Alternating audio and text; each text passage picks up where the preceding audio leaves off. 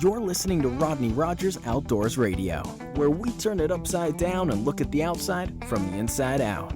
It's safe, it's legal, and we're having a blast. So put your shoes on, my friend, because we're going outdoors.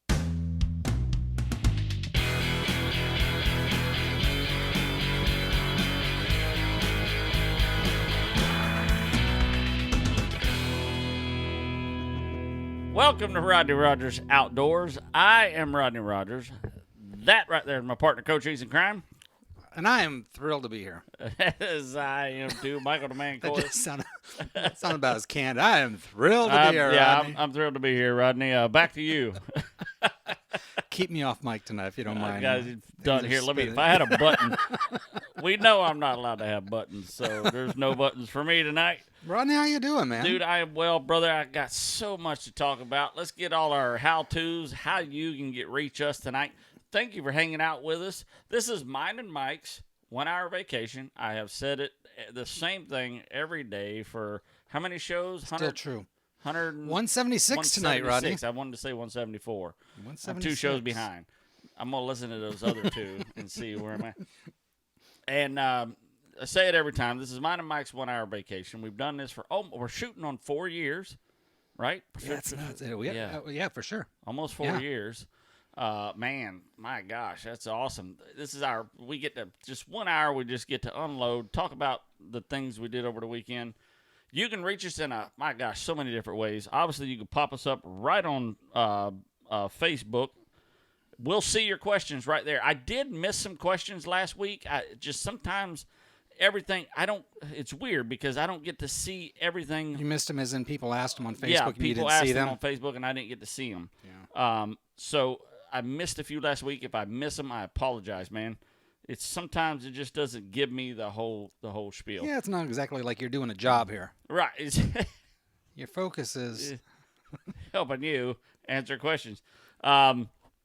You'll see I got something different on tonight, and I never wear a hat. This is the first hat I believe I've worn on show in 4 years. This is the first hat I've worn. Yeah.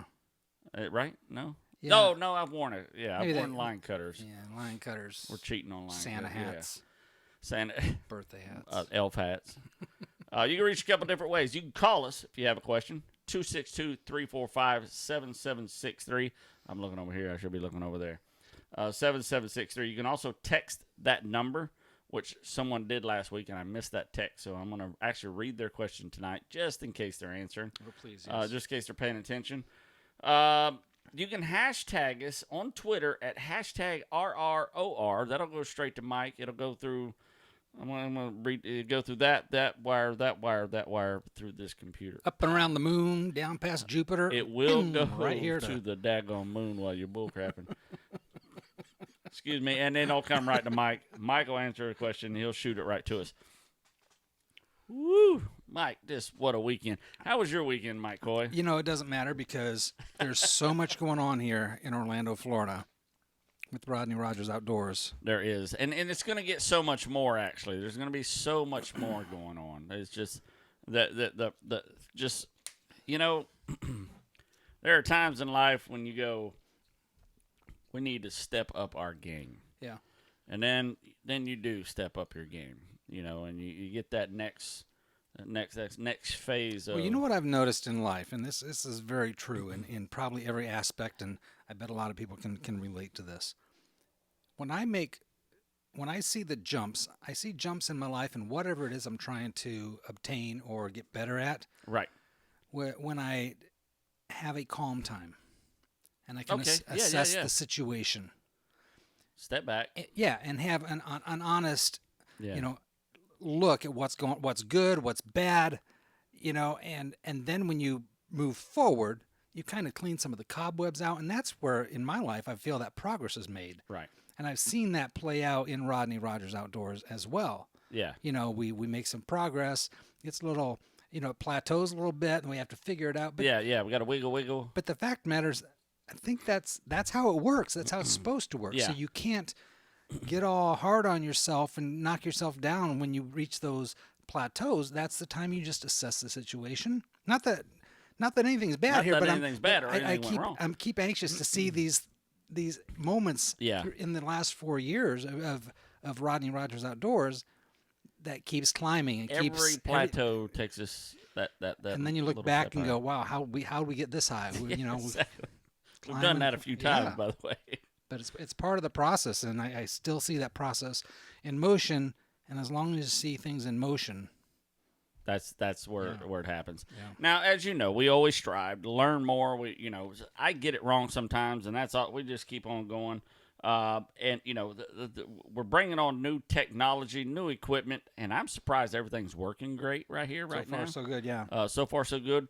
So, in the sense of new technology, as far as Mike's world, this is Mike's world as far as, you being able to see us right now. I mean, you're seeing us in full living color. Eric, hey, Uncle Rodney, what's up? What up, Eric? So, just everything that's going on. We also got some technology in the outdoors, Mike Coy. Yeah. And, if you remember years ago, I had the old Go Devil gator boat. The gentleman out of Louisiana that built Go Devil. I mean, that boat, you and I did some stuff on that boat, did. man.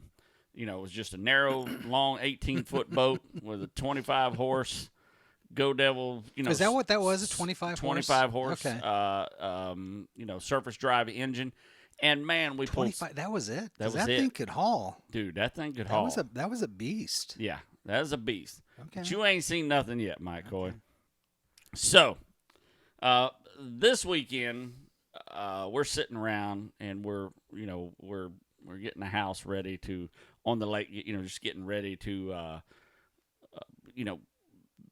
spruce it up to be the headquarters, Yep. the compound, so to speak. So I look on Facebook and I see somebody has a 75-horse surface drive engine at an outdoor show, a sportsman show, Florida Sportsman, over in Tampa. So I look at Lisa. I said, "Hey, we need to go see what's going on over here. We need to go see. Take Sunday off and go see what's going on over here." So we go to the Florida Sportsman show, and Mike, lo and behold, we were talked into by some really smooth Cajun Louisiana fellas. I mean, these fellas were smooth, Mike. Mike, they were smooth. If I don't tell you how smooth Robert was, he said something to the effect that was so smooth. He said something, "You probably need to buy this boat." And I was like, "That's pretty smooth." Did you hear that? He just said. He said the word you need to hear. He was talking to me. Yeah. Look right at me, dude. We made eye contact. Oh, my gosh. He said, "You probably need to buy this boat." So, thinking, man, you're on to something here. He knew the magic words. He knew the magic words. The preacher was preaching to you, Rodney. The preacher was preaching. So, I've been looking at boats forever. I've beat through, I've been on every website building the boat that I wanted and just wanting to do this and that. And the boats were just absolutely outrageous. And I'm going, okay, maybe I got to get rid of this Harley Davidson. Maybe I got to get rid of maybe I got to pay my truck off. Maybe I got to get a life, something like that. So we decided to pull the trigger on a boat, Mike. It's called the Cottonmouth. And if you notice, I have a Cottonmouth hat on. I've got a Cottonmouth shirt on. I even got Cottonmouth underwear on. No, those are just cotton. I knew there was just okay. So I went a little too far with the cotton. Don't get ahead of the marketing campaign. I didn't get ahead of the marketing. So we got a new gator boat. This one has a 37 horsepower. This is a 17-foot, where the other one was a 18-foot. Okay. And this one's a lot more powerful. And I'm gonna tell you what, man. We took this thing for a little joyride. And this boat is so sleek, so designed. I looked at Terry and Robert, and Kevin, all the guys, the powers to be, that looked right at me in the eyeball, said, "You need to buy this boat." I said, "I'm going to hurt this boat. This boat has done, they beat it to death. Actually, they beat it to death over in Louisiana to test the hull, to get it right. They went through all this stuff. And these are just guys who had a necessity, and they were like, "Man, we got to build the boat that works for us because we're out there doing it." So they did, man. And I'm gonna tell you what, they built one fine looking boat, and it's just more to a boat than how fine it looks. It's functional. And me and boats, I can put some equipment to the test. Well, I know you, but I haven't met the new mistress. The boat? Yeah. It's coming. Careful, Rodney. You will. Yeah. Mike, you're getting me in trouble already, Mike. I appreciate that. So, it's coming. So But you sent me this video. I sent you a video. It's just a smidgen. I haven't even got to play with the thing. This was just a taste. I wanted you to kind of see it. I wanted you to kind of And I have not seen this video yet. You haven't seen it? No. Man, let's go to the I video. saw what you texted me over the weekend, which was looks like snippets out of this. Yeah.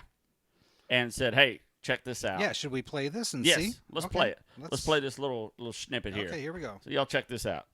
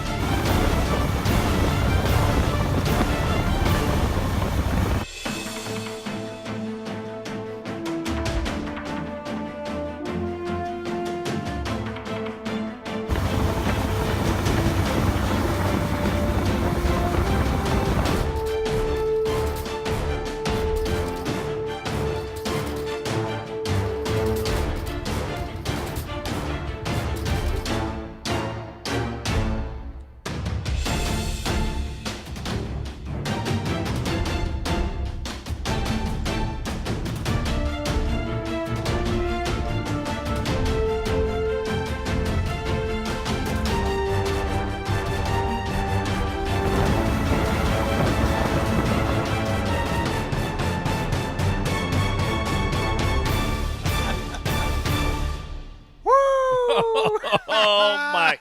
If that don't get your blood pumping, I swear nothing will. Nothing will, because you know how much we had, how much fun we had. You just look like this proud father when you're driving that little, like, yeah, she's mine. Yeah, this is step two. That's what Lee says. Yeah, I've never seen you smile like that. That's ridiculous. It was a different look. Yeah, that's great. That's crazy. That, you know what? Because here's what I did, and this is, me in boats. I've been looking at hundreds of boats, and I'm going, what do? We do the stuff we do in outdoors, and I'm like, I need a boat that will actually satisfy the most needs I can get out of one boat. Sure. Yeah. We can dive out of this boat on the West Coast. We've had episodes on that very conversation. Absolutely. Yeah. We can dive out of this thing. I'm going to put tank racks in it so we can, hit shallow dives. We're not going offshore in this thing. We can do some shallow dives, some lobster diving in shallow water, the Keys. We've got, So the company is Cottonmouth Boats. Do they make one boat and then just accessorize it different? No, they make several sizes Okay. of boats, and they make several things that go inside. They make several accessories. Like the green boat that you saw there, Yeah. that was the 75 horse. Okay. The only difference between that and the space shuttle is this is green. You know what I'm saying? This is a rocket, dude. This is, and it's got that platform on it for, they got guards over there. Yeah. Louisiana's got some creatures that we wish we had. This That we have, we're not allowed to touch. This looks like the perfect mix of a bass boat and a gator boat and Exactly. Keep going. A duck boat. Yeah, exactly. A dive boat, a snorkeling boat, a scalloping boat. The shallow river boat. I mean, this thing is just an absolute plethora of every boat, because you can drop that engine down and you can just idle and you can just putt, and it's you're not spraying up all the spray when you don't have to cut the grass and the weeds. Now tell me about the engine. So the engines are basically, this is a 37 horse, where the last one was a 25 horse. Yeah, but it looks different than most other. Here's why. It's got what your gator boat was. It's got that kind of engine. Yeah, on it's called a surface drive. Okay. Now you have the long shafts, and then you have the surface drives, which looks like kind of like a regular outboard engine, but it has two props. If you remember the old boat, it was forward. You started it in gear, and everything was forward. You had no reverse. You had no neutral. The prop turned at all times. So you had to maneuver yourself in a position to where forward was your only option. Now, you had a push pole there so you could push yourself back. Right. So the boat was a lot of work. You were really familiar with that push pole. Boy, you saw me. I get myself in a pickle quick. And I did get myself in a pickle a lot of times. Now, this boat, it has a reverse, a neutral, and a forward. And it's just as aggressive when it's in any one of those gears. I mean, it is literally, it is just all go. I mean, it is absolutely Is there not a throttle? Oh, yeah. There's a throttle. Okay. And it's got 2 speeds, stop and wide open. Okay. You know what I mean? and I've got some plan to do. You know what I mean? I've got some, let's see. So the first thing I asked them there used to be an airboat maker right here in Dundee called Cottonmouth Airboats. So the first thing I asked them, are you guys the same? Are you guys the same ones as the airboats? Did you guys used to build the airboats? Were they familiar with them? No. Oh. The first thing he said was, you know what? You're not the first person to ask us that. So Cottonmouth went out of business years ago. It was Bobby Jones that had Cottonmouth. He built Cottonmouth Airboats. Once aluminum hulls started coming out, then the fiberglass hull kind of, just wasn't as relevant. It just takes a lot of work. It doesn't take the beating that the aluminum boats do. So Jody Hart, our good buddy, just asked that. Just real quick, we got a question. Hey, Rodney, when does Gator season open back up? Which it is open back up. Are you doing the Christmas camping this year? Yes, and we'll get into that toward the end of the show. We are doing the Christmas camping. I'm sorry, I'm just running through some comments here. Hey, guys, Tyler Bomber. I mean, we're just loaded. Zachary Day. My son's watching. Duck and Deer Bass Boat. I mean, you mean you're broadcasting in California? We are all the way in California, where all the fires are in Napa Valley right now. Did you see that? I just thank God I got to see it when I did. Holy moly, man! I'd be sick to my stomach if I wasn't. So Cottonmouth there used to be an airboat maker here, and it was Cottonmouth Airboats. So this is actually Cottonmouth Boats. So I got to hang out with the owners. We got to josh with them. We got to do all kind of cool stuff with them. And man, I'll tell you, I'm excited about this boat. So it's a 35 horse. So it's a 37 horse. This is a 37 direct drive. Is that what they call it? Is that not necessarily? Yeah, direct drive. Yes, it is kind of a direct. This is a surface drive. A direct drive is just basically that long shaft that goes out to the water, and we can actually ask him about that. I'm pretty abreast of this. I've never owned the direct drive. Direct drive just means there's no gear. It's just forward. It's just direct. Right. It's just this is a surface drive. So basically, this engine runs at its best on the surface. It doesn't suck water up. It doesn't need water to cool it. It's air cooled. Okay. It's a Vanguard 37 horsepower engine, which is basically the same engine they put on lawnmowers. Okay. Some of these big lawnmowers have the same exact engine. Kohler makes them and Vanguard makes them. There's another one. This particular engine is made by Boss. Now it's a beefy engine. All the gears are beefed up because it's this is all go. This can't stop in the mud. Tell me the advantages of that. There's a lot of advantages, exactly. One is when you get in shallow water, if you got a flats boat, like I used to have the flats boat, if you have a water intake, then you can suck up dirt and mud and sand in shallow water, the same thing that it's supposed to run in. And you've got to have that water to cool that engine. This does not need that. So when it's in shallow water, all it needs is just get to prop in just a little bit. Okay. So it can run through grass. It can run through weeds. It can run through mud. Okay. It can run, it does have an Achilles heel, which is hard ground. That's the Achilles heel. Go figure. Yeah. It's a boat. It's a boat. Where an airboat, would run hard ground with the right, slick bottom on it. These guys put something on it called frog snot or something like that. Exactly. And Patrick says no water pump to go bad. So Patrick's in North Carolina mountains right now. What up, Patrick? There's no water pump to go bad, so you don't have the water pump to worry about. They put this stuff on it called frog snot or gator snot, or I don't know what they call it. It's like some kind of snot. And basically it's a slick bottom. They do it on airboats too to help them get across grass, and stuff like that. And so they had a video of them jumping this dike, and they're trying to get across this road. That's like the road is actually like 80, 90 feet to the road, and they wanted to see who could slide all the way across the road in this boat. So man, they're like jumps this thing. Terry, we'll be talking to her, slides across this road and dude, this frog snot just shot him across the road, makes the bottom a little slicker, and of course, it kind of put a hurting on the bottom. So, but we just learned a lot of history about it. And you know me, if there's something I like and something I love, I'm passionate about it. That's the product we push.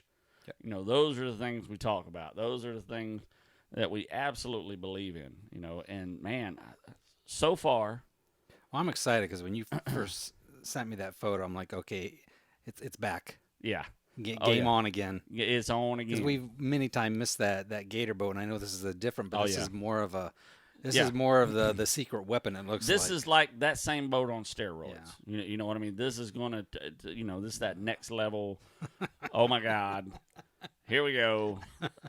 Hold the throttle down. This tells me I need to make sure my insurance premiums are paid up. You better make sure Mama got something, because I've been known to throw a man out of a boat, Mike. You know what I'm saying? Yep. So I'm excited. I'm stoked, and I'll tell you this. We're going to be talking to Terry, one of the owners here shortly. I told him to call in around 8:30. We're gonna be talking to Terry. So I'm gonna swindle a sticker out of. He has a big sticker right across his window, his back window. And you know how I feel about stickers. I've never had a sticker on my truck. Yeah. So I don't even have a Rodney Rogers Outdoors sticker on my truck. So I'm gonna tell him, look, you get me one of those big fat stickers, I will put it right on the back of my truck. On my window there. That's saying something. I'm gonna be a true blue cottonmouth guy. Cool. And I'm gonna send him some videos. We're gonna keep him. We got Todd says, Shane, how are you, buddy? Hey, Heather, how are you, my man? Heather and Shane. Did you say Heather, my man? I did. I should have let that go. Hey, Shane, my man. Hey, Heather. That's what I meant to say. I'm looking at that big camera. I'll edit that out, right? Heather's the one that caught the the sailfish. The sailfish, exactly right. And then we got a call coming in over there, Mike. We do. And Todd says it needs more. You want me to answer this? Yes. Okay, just checking. Yeah, definitely answer this call. Because I got a feeling this is the man himself. Thank you for calling Rodney Rogers Outdoors. Who are we speaking with? Rodney Rogers Outdoors. This is Terry Wilks with Cottonmouth Boats. How y'all doing? Terry, how are you, brother? You know what? I hadn't saved your name yet, in my phone. And I was like, okay, this got to be Terry, man. It's from Louisiana. It's got to be Terry. How are you, brother? Oh, guys, doing great, doing absolutely great. We watched the first 20 minutes here of your show, and I've been itching to dial. I've had your number on pre-dial here for about 20 minutes now. I've been watching. I said, man, I'm going to wait. I'm going to let him talk. And guys, enjoying the show tonight, and we appreciate Cottonmouth Boats and you guys talking about it tonight. Man, I tell you, Terry, it's just like I tell Mike, we've had a lot of chances to have sponsors on the show, just come in and say, hey, we love your show. We'd love to push our product on your show. And I'm like, Mike and I do this for the love of the outdoors, and we do it. We have regular jobs, and we will only push the one thing that things that we believe in. You know what I mean? And brother, I mean, at this, I'm thinking I'm 100% behind this Cottonmouth Boats. The boat is. You're kind of committed at this point. Yeah, I'm definitely committed at this point. So Terry, Terry, meet Mike. Mike, this is Terry on the phone here. Terry, we got your little ensemble up here. So Terry, how did you guys get started in this? I mean, what made you say, hey, we're going to make boats? Well, Cottonmouth Boats has been around since about 2008, and we had there were actually some other guys that started Cottonmouth Boats, and they started Cottonmouth in their garage. They saw a need in the market and realized that some of the boats that they were using to get, back and forth to their stands, to get around to some of the places that they were hunting in South Louisiana, the boats that they had access to just weren't tough enough. Right. They just couldn't handle it. They were tearing up one boat a season. They were, busting them open. They were hitting things with them and running over things that, they probably shouldn't have been. And they started building Cottonmouth. And we got involved with them about 2.5 years ago, and we made some adjustments to some of the holes. And the reason we had to adjust the holes is the motors keep getting bigger. as you saw with Right. Boss Drives. You know, like you mentioned a couple of years ago, a 25 horse motor was what we had access to, and Absolutely. we take those motors and man, we go places the Indians couldn't go, and we thought we were just this was awesome. Right. And we did it at 4 miles an hour. You know, we Yeah, put exactly. it all around and never been there before. But as these motors get bigger and bigger and bigger and heavier, we realized that we had to do something different. We had to brace the boats differently. We had to go to a different type of aluminum. We had to go to a thicker aluminum. But we started having to build things into those holes that allowed us to turn at higher speeds, that allowed us to take on a little bit heavier water. You know, as an example, we saw in your video a second ago, we don't always just run in 3 inches of water. Sometimes we're running in 10 foot of water to Right. get to where we're running through marsh or running through mud. Yeah. So we've got to find that boat that handles both. When you get into the shallow water situations, when you're running 30-plus miles an hour, in 3 inches of water, you know you're going to hit something. Yeah, and we want to make absolutely. sure that we had holes designed to handle that.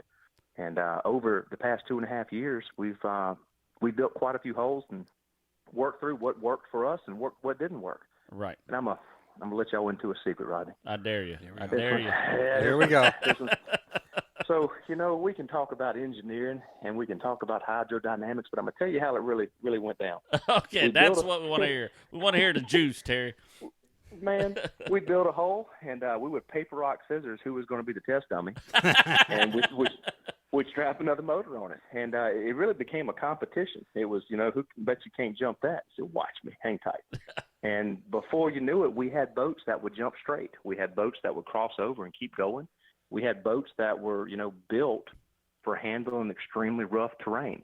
The longitudinal bracing that we have in those boats is designed so that when we hit from the stern of the boat all the way to the transom plate is all attached in one piece. There's no separation. I noticed that. And it allows us to take a hit. It allows us to really get into some shallow water. It allows us to jump logs. It allows us to cross beaver dams.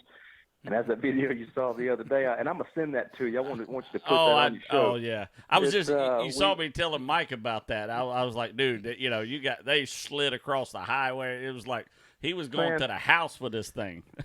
It started out as kind of something simple, and before you knew it, we had a competition of who could cross the road. And, you know, you'd get 15, 20 yards into it, and it'd stop. It's okay, well, I need to go a little faster. And we kept getting faster and faster and faster, and fortunately, I was the first one to make it across, and that makes me the winner on that one. So, Winners we had a always good win, time though. doing it, and that's it, man. You know, it was sketchy, but that's what's allowed Cottonmouth to progress like it has. Right. It's we test our boats, we put our boats and we put our holes in conditions that most people would never dream of putting a boat. And honestly, And, that's kind of what made me, made us pull the decision, because you know me, Mike. I mean, I need a boat that is tried, true, and tested. And when I'm talking to these, I'm talking to Robert and I'm talking to Terry and Kevin, and I'm saying, look, you know, I'm listening to their stories, and they're backing their stories up with these videos, you know, and what they're doing. That's not on, you know, it's not readily available. And I'm going, that's my boat. Yeah. I mean, that is it. That's my boat. You know, I've had to jump the other boat many times, you know, and you know, when you're doing, you know, 8-10 miles an hour, there's not much jump there. Yeah. Yeah, I've seen it. But you get that bugger up to 25 miles an hour, Terry, now we're talking. That's we've got a saying, we call it get skinny. And if the driver of the boat hollers get skinny, you either get out the boat or you go to the floor. It's one or the other. We'll talk about it later. Now, something's coming. So my cousin who used to wet the grass for me with the other boat, he says, keep the 5-gallon bucket in because I'll always be the guy who gets out and wets the grass. I'm not. That's funny. Hey, look, I tell you what, you take one of our boats, especially with those Boss motors. If you spray your front yard down with the water hose real good, you can probably run across them. It's a monster. It's one heck of a motor, and it's attached to one heck of a boat. It is, man. And I'll tell you, I loved how it steered. I mean, I basically sat down and steered this thing like I was running my 5-horse on my John boat. And that was one thing that I loved about it. I mean, I could control it with one hand. You know, the old engines that we had, it was a situation where, you know, you were putting your whole body into turning this thing one way or the other. And, man, this thing is just a a dream to drive. And I cannot wait to start sending you videos, Terry, of how this thing is actually going down. You know, man, we have. I think we're in the only industry where we appreciate pictures of customers tearing our boats up. Right. Please send me every picture you do everything you can to destroy that boat, and please document it along the way. We love those pictures. Jump the rock jetties, cross the piers, put it on the trailer from the parking lot. That's what it was meant for. Well, as you know, we had to buy a trailer that day, and they bring this trailer over, and it's like this trailer is just beat to death, and it's one of the trailers they hauled around the yard, and it was an aluminum trailer and all this stuff. So Terry, we went and had that thing fixed up today. They really hooked it up for us today. I mean, they put all the goodies on it, all new diamond plating, and I mean, they really hooked us up. Rodney, we weren't sure how we were going to get that boat to you. If y'all would have seen the way we stacked those boats, hauling them down here, we put them on a 40-foot flatbed gooseneck trailer, and we hauled these things down here through a hurricane. So we crossed over the front of the hurricane coming to Florida, and of course on the way back the other night we crossed back through it, coming back to Louisiana. Yep. But we stacked the boats in the trailers, and we said, we had another dealer that was further south, and we were going to get trailers from them. We didn't realize that they weren't coming to Tampa, and it made for a hectic couple moments there. Kevin luckily found the guys up there in Tampa, and that were able to help us out with that trailer. And I think, as you know, the young man that was bringing the trailer over there hit something and took the fender off of it. Is that right? Yeah, he broke the lights, took the fender off. I mean, Wow. It was one problem after another, but they got it there. But I'm glad they were able to take care of it. And I took the day off work today, and I took the boat over to Tampa, and I took it to those guys. And I wanted the boat on the trailer so they could adjust everything. They put a lot of extra stuff on there, Terry. And I'm going to send you a picture of what they did. And man, I could not be more pleased with this. This whole combination is just it's sexy. How about that? That'll work. It is just a sexy combination. Say it like it is, Rodney. And man, I can't. I'm gonna send you a picture tonight after the show. Absolutely. So we go ahead, brother. Man, I got a story I want to tell y'all on your show tonight. Absolutely. I got something that's not about boats, but it's something we just got to our house this evening. We got my little boy's deer back. It's his first buck. Oh, really? Okay. Oh, yes. Oh, please tell me that. This is his first buck. We mentioned it the other night at the show, and super exciting time. We hunt in a place in Louisiana, in Gross State, Louisiana. And Gross Tate, Gross Tate, Tete, it means big head or ugly head in French. And there's another story. We'll tell that on another show. But it's in Gross State, Louisiana, and I've been hunting there since I was a little boy, my whole entire life, with my dad, my uncle, my cousins, my brother, and now I'm my grandfather. And my little boy is part of the third generation that gets to hunt on the same property. And this is a pretty amazing, unique little story here. This is super exciting for us. So my daddy killed his first deer with a Canadian Centennial Winchester rifle, a 30-30 lever action rifle, and that's what he shot his first deer with. Now that's with the octagon barrel, right? Yes, sir. It's got a octagon barrel, hexagonal barrel. Hexagonal barrel, Super heavy barrel. This is one of it's technically considered a cowboy rifle, if you will. Right. It's got the D-ring on the side. This was something that a range rider would have had with him on the saddle. It's a true lever action, really heavy rifle. And I shot my first deer with it at 6 years old, and I can promise you, it kicks. Oh, I don't care how heavy it is. I still have memories of this thing just knocking the snot out of me. Absolutely. And my daddy shot his first deer an 8-point with this rifle in the 60s. I shot my first deer an 8-point with this rifle in the 80s. And my little boy at 6 years old in January 7th, as a matter of fact, on my birthday, shot his first deer with that same rifle. So we have 3 generations with the same rifle, all 8 points. What? Are you serious? Okay. And here's the neat part of this, y'all. On the beginning of the show, you guys were mentioning technology and outdoors. Right. It's the first. This is the third generation, but this is the first generation that we've got on camera. Mm. And so with the GoPros and with the cell phones and all the other technology that we're using in hunting now, this is now a memory that's not just a story. Mm-hmm. This is a memory that's on the internet. It's on the depths of the internet, but it's out there. And it's there forever. It's there forever.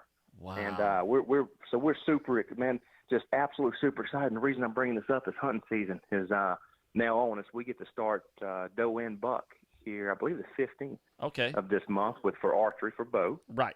And our season's a little bit offset than everywhere else. Yeah, exactly. We started ours last month. So we're tickled. We're super excited, and we think we're gonna let him shoot a crossbow this year. We've been talking back and forth on it, and he may sling some arrows with a crossbow. There's nothing wrong with that. He's 7 years old now, and long story short, we just got our deer back. I'll send you guys some pictures of it here in a little bit. And definitely. We'll post it up on our website. Good deal. We'd like that. Well, you can't see it now, but we got a picture of you and your dad up there with your turkeys. Oh man, look! Everybody's looking at right now. Do you guys mind if I mention another guy? You do your thing. Guys, there's a group up in Kansas, Cherryville, Kansas, called 180 Outdoors, and the gentleman that runs 180 Outdoors is named Matt Wanzer. And if anybody is interested in early season black powder, archery, or just old school bang stick, straight whitetail hunting in southeast Kansas, 180 Outdoors. My dad became buddies with him back a couple years ago, and he's been going up there and shooting whitetails in black powder season and primitive weapon season in early September now for a couple years. Last year, he shot I think it's 162 with the black powder, I think 180 yards. Guys, these are open range deer. These deer are feeding on extremely high protein. They're growing up in bean fields. And the animals are absolutely just giants. They grow monsters. But it's not only the whitetail that they have there, the turkeys.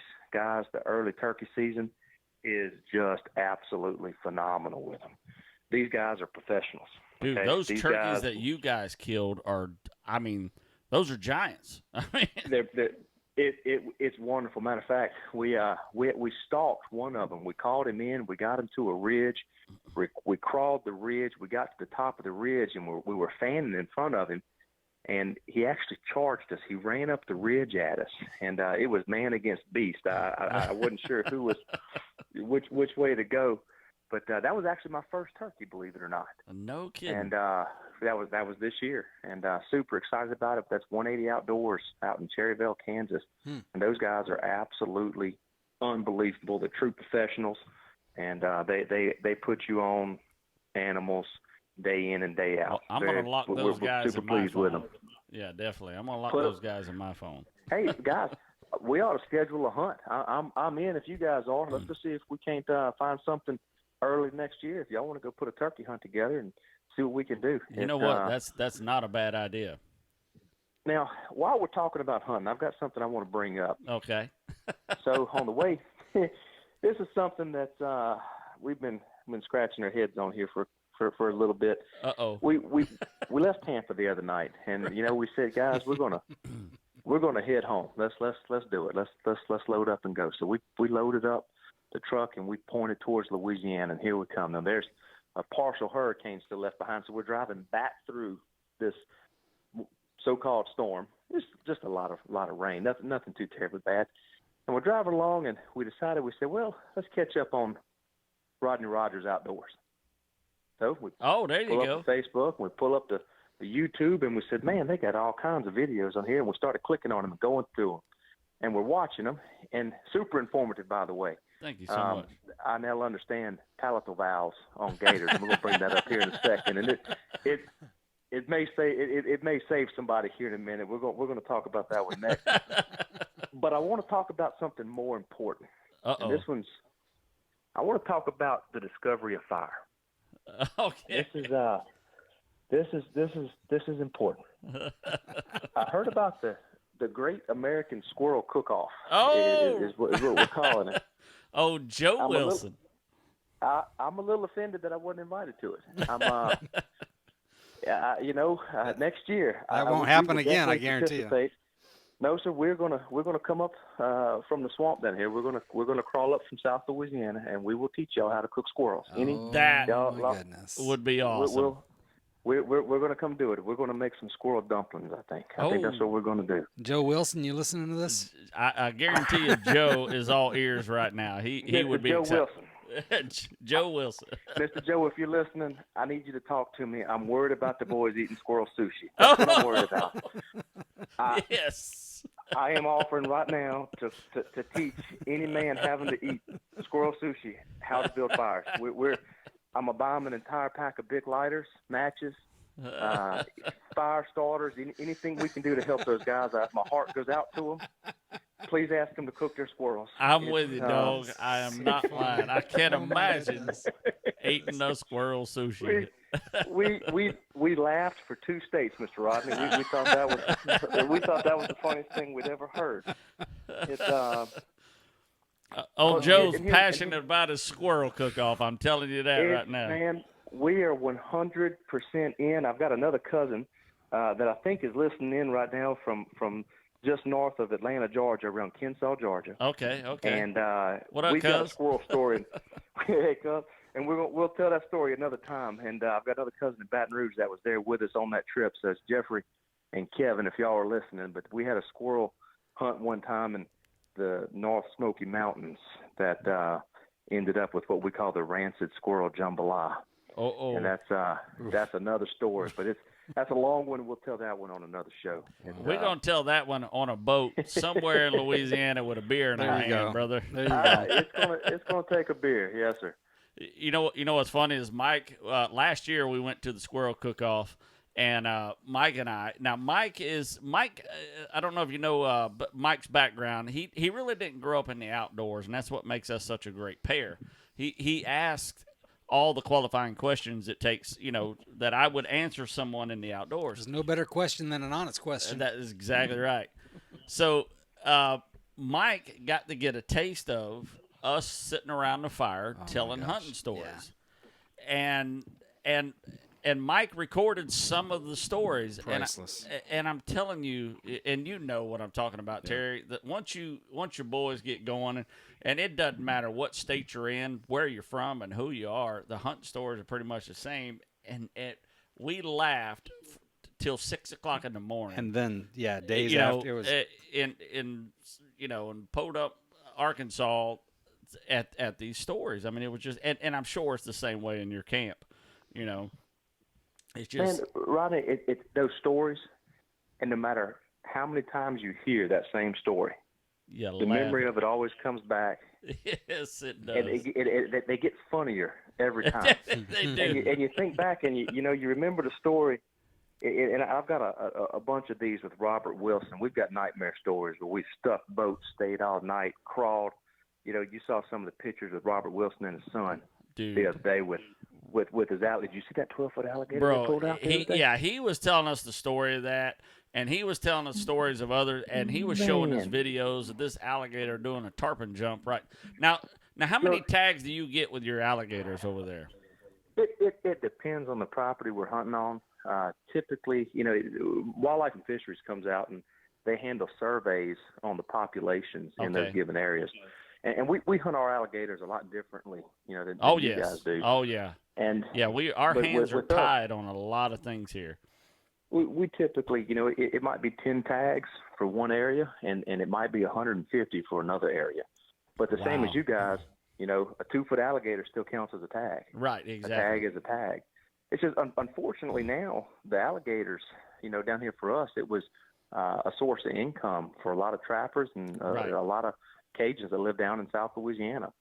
But now with some of the Chinese alligators and different things that are going on, they're farming them overseas now. Yes, they are. We're looking at $3 a foot, give or take. Wow. It's literally, as far as hunting for profit, it's no longer worth it. Yeah. We hunt for, freezer meat, and we hunt as far as we'll have other friends or family, other clients or different things that want to come in, and we have tags and we'll bring them out. And it's, we're showing them tradition. We're showing them, you know, a way of life of a bygone era. Yeah. And we still enjoy it. And we back to those stories and memories that you sit around the camp and tell. You know, every trip, every hunt has a different story. It has another meaning, and it creates an opportunity for a story. It creates an adventure. You know, and we enjoy them. When you say story, you know, when Mike and I first started this thing, he goes, Rodney, you know, you got so many stories. He goes, you know, I want to be a part of those stories. And I said, you know what, Mike, be careful what you ask for. So, year before last, we just did an impromptu, you know, driving the truck gator hunt. Because in our state we can get county tags, so we can drive all over particular counties and hunt legal waters on foot or boat or whatever it takes. Well, we got one, you know, a little over 7 foot, and you know how hard it is to kill those things sometimes. Well, this thing was playing possum on us, and Mike was filming me tagging it, and when I poked that tag in his tail, it turned around and missed Mike's butt by about a half of an inch. And you can hear Mike scream in this video. And it's actually, if you watch on our YouTube, it's called Gator Hunt, and you can see the whole hunt. Just forward to that last piece there, and you can see that thing just almost snap Mike's butt off. Man. And I said, welcome, you got your first story. The other day, that gator that Robert and them were showing you, the one with him and his boy, they were pulling in an airboat with another good friend of ours, Martin. They got it up on the side of the airboat, and they're looking at it, and they said, man, you know, how we're going to get this dinosaur in the boat?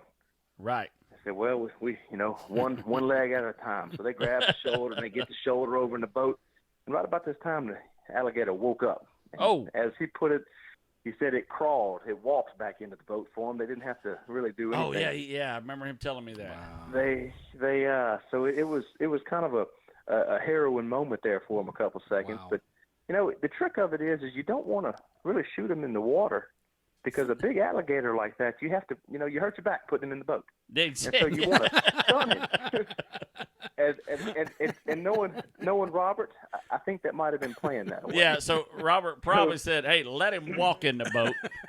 Go. And we'll take him from there. Everybody else got scared and said, man, you know, get that thing. And Robert said, no, let him go ahead and crawl all the way in. You know, we've got a bilge pump. And so let him get in the boat first. But that was a big gator. Mr. Rodney, Mr. Mike, Terry, I enjoy calling in and talking to y'all tonight. I appreciate it, brother. And you know, and is like I told Mike, you know, this is going to set a whole new set of stories for us. You know, Lisa and I hanging out with you guys was absolutely awesome. And we were talking today that this is absolutely, sometimes you meet those people in your life that you just know you're going to know forever at that point, you know, and you guys, that whole crew there was definitely those guys that we're going to be staying in touch with. And we're going to be coming to visit you guys for sure. There's no doubt in my mind. And let's see if we can get a bow fishing trip planned sometime before it gets too cold here. Oh, dude, you tell me, and we've got no problem shooting up there. They got alligator gar out there that's ridiculous. Really? So, yeah. And look, you know me, I want one of those really bad. You see one of these things in the water, you will no longer swim down here. That's what I'm hoping. There are some dinosaurs. Just so you know, even without those, I don't know if I'd swim down there and allow them to kill us. Hey, look, I'm telling you now, you were not at the top of the food chain. No, sir. There are things out there that definitely outrank you when it comes to South Louisiana. Wow. They're impressive. But hey, we don't have pythons. Oh, that's true. You definitely don't have those. Yet. Yeah, exactly. Well, Terry, that's the key word. Thank you so much for calling, man, and I'm sure this won't be the first call-in you do, especially once I start posting videos. No, sir, not at all. Guys, I enjoyed speaking to y'all this evening. Y'all have a good night. We're going to get out of here and listen to the rest of y'all's show. You got it, brother. Yeah, have a good one, my man. Thank you. Good night. See you, buddy. Oh, man. Dude, that's like I said, you know, you meet those people in your life, and it's just, you can't. Yeah. I mean, you can't take that away. How exciting is that? It's beyond exciting. I don't know how you. So I hope he sends me that video, because the one of him sliding across the rocks, because that's the one you need to see. Not just hitting. Most people would think this was just sliding up on land and sliding. No, he jumps a berm, jumps it, and then slides across the rocks in the road. If that boat could run on rocks. So where do you go from here? You've had this boat. Was this Sunday? This was Sunday. Yeah, so it's Tuesday. This So was 2 Sunday. nights ago. 2 nights ago. Did you bring it? Did you put it in that night? Because I texted you and said, No. you didn't get a chance. No. It was late. Yeah, we You put it didn't in even have time. yesterday. Okay. Yeah, we put it in yesterday. So was this on Lake Lily? The lake- shot? Where did you shoot the footage? No, at Lake Kane. Oh, Lake Kent. Yeah. Kane. Sorry. Yeah, Lake Sorry, Kane right there. Yeah, That's what the I meant. Swimmer's Lake, or what do Yeah. you call it? Lucky's Lake. Lucky's Lake. Yeah, right there. At So Lucky's Lake Lake. Kane. That's where you run. So at. and all that's deep water. Yeah. It's just deep water, which the boat obviously it runs in perfect water, Interesting. amazingly. Let's put it this way: I fished that lake with my John boat with a 5-horse, and the lake seems so big when you're trying to run that 5-horse across. Yeah. Right. Yeah. Yeah. Suddenly this lake shrank. Because by the time I got the boat opened up, I was already on the other side of the lake. Doing a U-turn to go back. Because this lake's only a couple hundred acres, so. Amazing bass lake, but not big enough for a gator boat. Wow. So, this is just like this is another chapter. This is another step. But you can only play a day at a time. So That's what's it. your next? So I mean, you must have so many opportunities in your brain you want to run to. But where's next? What's next? So the key is, and this is the key is I want to hit the St. Johns River. I've never done it. I've always wanted to take the other boat down there, and I just never did. Okay. So there's a spot put in right at the St. Johns where we drove out, and there's like a ramp there. And this runs, if you're going down 528 and you go over that bridge that you see fingers of creeks, sure. Yeah. That's the St. Johns. Okay. So I've always wanted to run a boat in there. Most of the time, airboats go in there because it's not very deep. It's just super shallow. Okay. It's marsh everywhere. You see the marsh; it's all over the place. So that's where I want to run that boat it's an inaugural main trip. Is going to be right there in the St. Johns. So Terry, get ready for that. Well, that's a good place because, like you say, there's a lot of little nooks and crannies, There's and there's open water. There is. So GPS putting is it to absolutely. the test. Yeah. I've got the GPS already snapped on the side.